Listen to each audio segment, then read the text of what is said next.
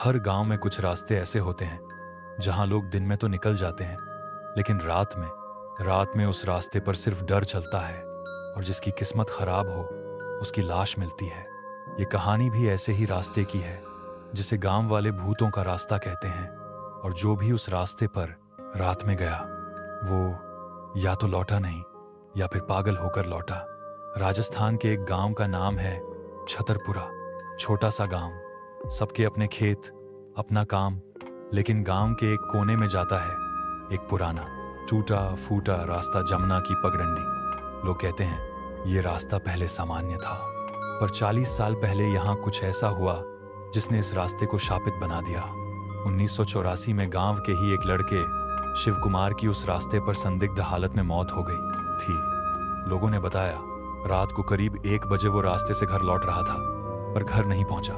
सुबह उसकी लाश रास्ते के पास झाड़ियों में मिली, शरीर पूरा नीला, आंखें फटी हुई, जैसे उसने कुछ बेहद डरावना देखा हो। तब से लोगों ने उस रास्ते पर रात में जाना छोड़ दिया। साल 2024 शहर से एक डॉक्यूमेंट्री टीम गांव में आई। उनका मकसद था भारत के सबसे खतरनाक हॉन्टेड रास्तों पर रिसर्च करना।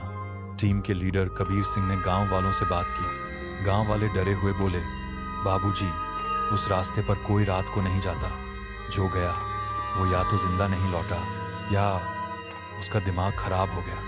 पर कबीर टीम के साथ रिसर्च के लिए मान गया। कबीर और उनकी टीम ने तय किया कि वो रात को जमुना की पगडंडी पर जाएंगे। कैमरे, माइक, टॉर्च सब तैयार। रात के 12 बज रहे थे। पूरा गांव सो चुका था। रास्ते पर चारों ओर सन्नाटा, हवा भी जैसे रुक गई थी। टीम जैसे रास्ते पर आगे बढ़ी, अजीब ठंडक महसूस होने लगी। टीम के माइक में अचानक किसी औरत के रोने की आवाज आई। कबीर रुका, बोला, यह आवाज कहां से आ रही है? दूसरे कैमरामैन ने जवाब दिया, इधर, पेड़ की तरफ। जैसे ही वो पेड़ के पास गए, देखा एक फीकी सी परछाई वहां खड़ी थी, बिना चेहरा, बस आकार। और अगले ही पल वो परछाई गायब हो गई। टीम घबराई, पर रिसर्च जारी रखी।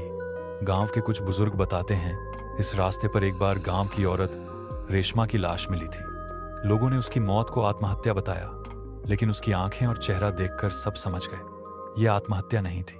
उसके बाद से उस रास्ते पर अक्सर उसके रोने और चीखने की आवाज आती है। कई बच्चों ने दावा किया कि उन्होंने रास्ते पर बिना सिर वाली परछाई देखी है। टीम ने गांव में आरटी डाली।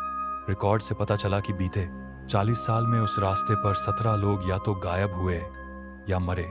पुलिस जांच हर बार बेनती जा रही। कुछ का शरीर मिला, कुछ कभी नहीं मिले। कबीर ने तय किया एक रात वो अकेले उस रास्ते पर जाएगा। रात के 1 बजे, कैमरा ऑन, माइक्रोफोन चालू। रास्ते पर सन्नाटा। अचानक पीछे से फुसफुसाहट, तू भी नहीं बचेगा। कबीर पीछे मुड़ा, कोई नहीं। अगले ही सेकंड जमीन पर खून की कुछ बूंदें गिरती हैं।